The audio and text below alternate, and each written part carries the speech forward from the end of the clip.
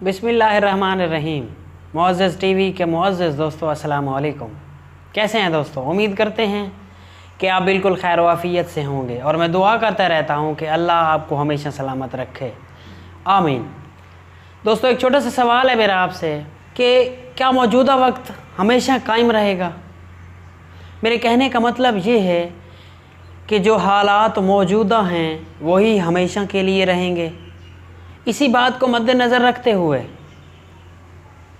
हम अपने एक दिन का जायज़ा ले लें। जब हम अपने एक पूरे दिन का जायज़ा लेते हैं तो हमें अपने हालात बराबर नहीं नज़र आते। इसके बाद जब हम अपने सालों का जायज़ा लेते हैं तो उनमें भी हमें हालात यकसा नहीं नज़र आते। उन हालात में उतार चढ़ाव नज़र आता है। एक आम फहम बात है कि अगर हम अपनी गुज़री हुई पूरी ज़िंदगी पर नज़र डालें तो हमें तब भी हालात बराबर नहीं नज़र आते। जिस लिहाज से हमारे गुज़रे हुए हालात यकसा नहीं हैं। दोस्तों, मेरा दिल कहता है कि हमारे आने वाले हालात भी यकसा नहीं रहेंगे।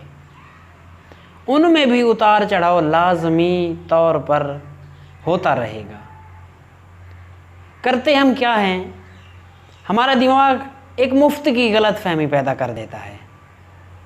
हम अपनी आने वाली सारी की सारी ज़िंदगी अपने मौजूदा हालात के लिहाज से देखते हैं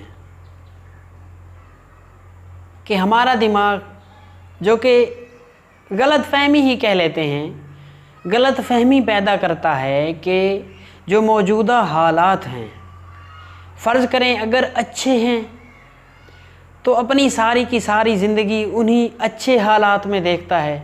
अगर हालात बुरे हैं तो दिमाग तो अपनी अगली सारी की सारी ज़िंदगी उन्हीं बुरी हालात में देखता है, जिसका हमें बहुत बड़ा नुकसान होता है। हम अपनी आने वाली ज़िंदगी के लिए कुछ ख़ास इक़दाम नहीं कर पाते हैं। हालांकि हमें चाहिए कि अपनी गुज़री ज़िंदगी में जिस तरह हमारे हालात यकसा नहीं रहते, इसी बात को मद्देनज़र रखते हुए अपने मौजूदा हालात में अपने एक एक कदम को बाहिफाजत तौर पर चलने का हुक्म दें, ताकि आने वाले हालात जैसे भी हों हम अपने पाँव पर खड़े होने के काबिल हो सकें। तो मेरे दोस्तों, उम्मीद करते हैं कि मेरी यही छोटी सी कोशिश आप लोगों को अच्छी लगी होगी। दोस्तों, अगली वीडियो तक के लिए अल्लाह हाफ़िज़।